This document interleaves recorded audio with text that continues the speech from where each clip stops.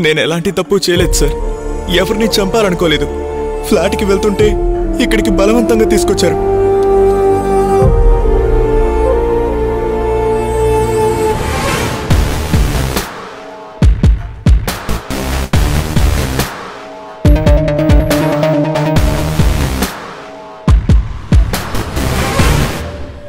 So నా అంచనా తప్పలేదన్నమాట.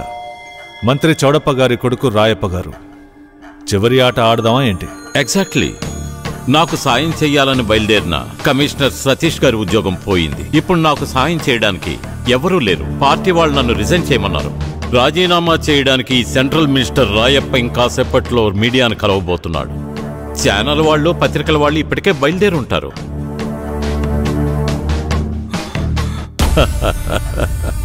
కానీ నా రాజీనామాని కవర్ చేయాలని వచ్చే మీడియా ఫ్రెండ్స్కి నేను సర్ప్రైజ్ ఇవ్వబోతున్నాను. ఛానల్ వాళ్లకు హాట్ న్యూస్. ఇంట్లోకి జొరబడి ఈ రాయప్పని హత్య చేయబోయిన వ్యక్తిని ఆఫీసర్ రాజీవ్ చాకచక్యంగా ఎన్కౌంటర్ చేశాడు. కానీ దురదృష్టవశాత్తు అవతల వ్యక్తి కాల్పుల్లో రాజీవ్ కూడా చనిపోయాడు.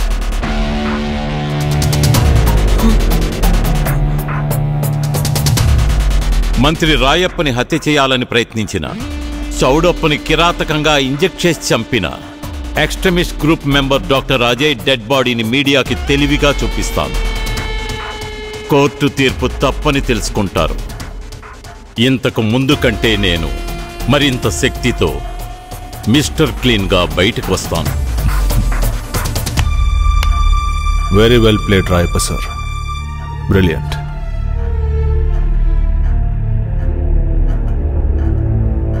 ఏదేవైనా ఒక విషయంలో సంతోషంగా ఉంది. చౌడప్ప గారిని చంపింది ఎవరనేది కరెక్ట్గా కనిపెట్టేశారు. అవును రాయప్ప గారు, మీ నాన్నగారు న్యాచురల్గా హార్ట్అటాక్ వచ్చి చావలేదు.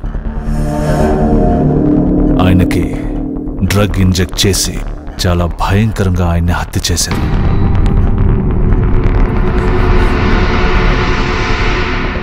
ఇదిగో ఇక్కడున్న ఈ డాక్టర్ అజయ్. సార్, నేను ఎలాంటి తప్పు చేయలేదు. ఎవరిని చంపాలనుకోలేదు. వీడే సార్ మీ నాన్నని చంపింది. సార్, నిజంగా నేను ఆయన్ని చంపలేదు సార్. ప్రమాదపూర్తిగా మంత్రి గారిని చంపింది నేను కాదు సార్. నేను కాదు. నేనేరా నీ బాబుని చంపింది.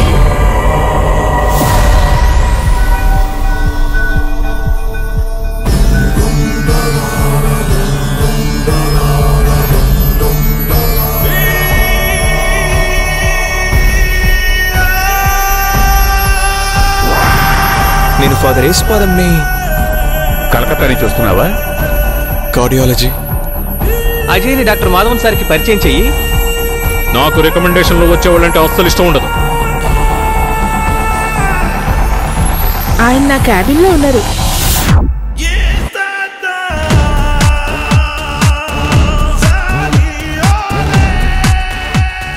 వాణి సిస్టమ్ని ఉపయోగించి డాక్టర్ వికే చాట్ ప్రోగ్రామ్ని మార్చాను. అదృష్టం కలిసిస్తే ఈసారి మంత్రి చౌడప్ప మనకు దొరుకుతాడు. ఈ రోజు మనకి మినిస్టర్ చౌడప్ప చెకప్ ఉంది. But at the same time I have another surgery. Vani charting లో మిస్టేక్ జరిగింది. So you have to manage the time 20 minutes. Dara వెళ్ళి ఫ్రీజర్ లో ఉన్న ఇంజెక్షన్ మెడిసిన్ తీసుకురా.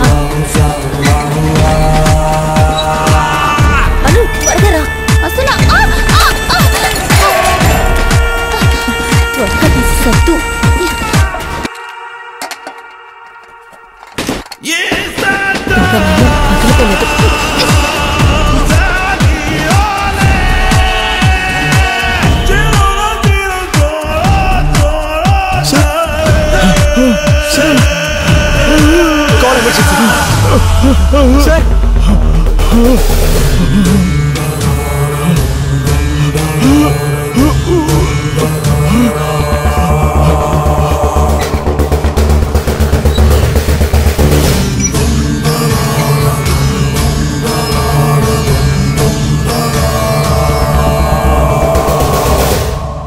Minister is no more.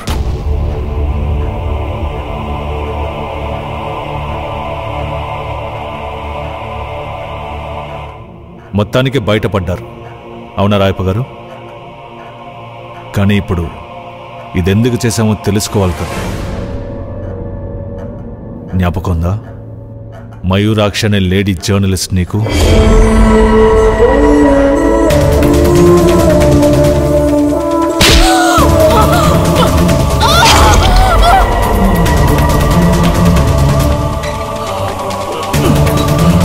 ఇది మయూరాక్షి కోసం.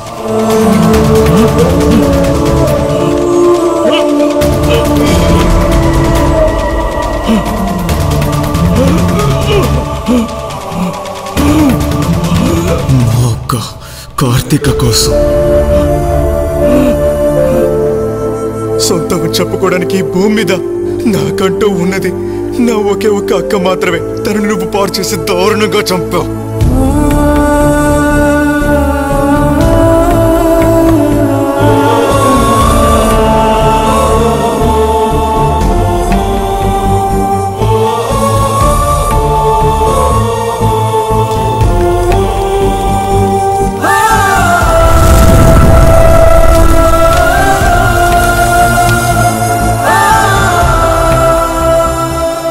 రాజు సార్ నన్ను కలవడానికి వచ్చినప్పుడు మేమిద్దరం ఒక నిర్ణయానికి వచ్చాం.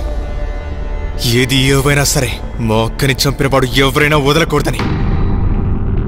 ఒక నిరపరాధిని అపరాధిని చేసి అడ్డదారిలో అధికారాన్ని చేజిక్కించుకొని విర్రవీగుతున్నావు.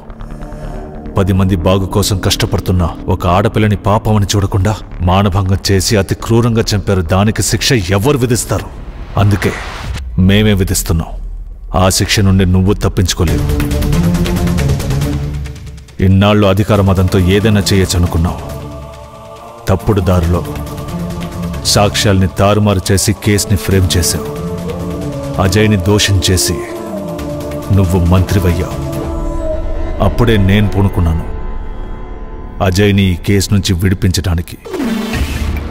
స్వామియే శరణమయ్యప్ప. నాకు తెలియాల్సింది డాక్టర్ అజయ్ గురించి. చాలా లవింగ్ క్యారెక్టర్ డాక్టర్ అజయ్ది. వీళ్ళంతా ఉన్నారు నీకు సపోర్టుగా. అజయ్ ఎన్నటికీ అలాంటి పని చేయడు.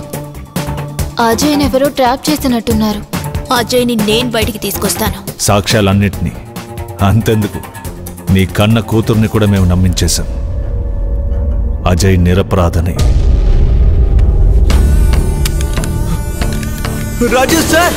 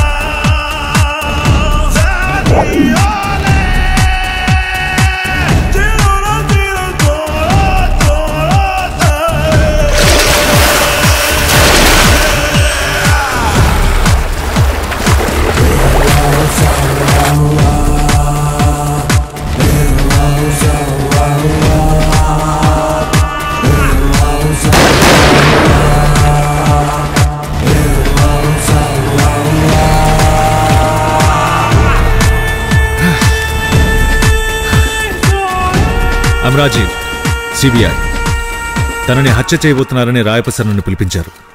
హంతకుడిని పట్టుకోబోయాను, కానీ వాడు తప్పించుకున్నాడు.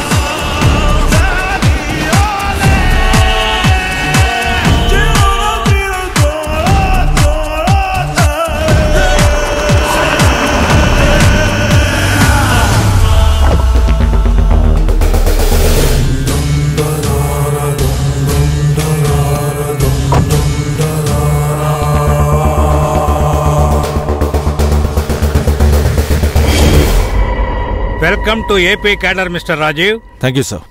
కేంద్ర మంత్రి మరణం ఆంధ్రప్రదేశ్లో పెద్ద సంచలనం అయిపోయింది. డీజీపీ ప్రెషర్ ఇస్తున్నారు. ప్రాబ్లం ఏంటంటే హంతకుణ్ణి చూసిన ఒకే ఒక వ్యక్తివి నువ్వే. అవును సార్, నేను మాత్రమే హంతకుణ్ణి చూశాను. అందువల్ల రాయప్ప హత్య కేసుని నువ్వే ఇన్వెస్టిగేట్ చేయాలి. హంతకుణ్ణి పట్టుకుని తీరాలి. Sure sir.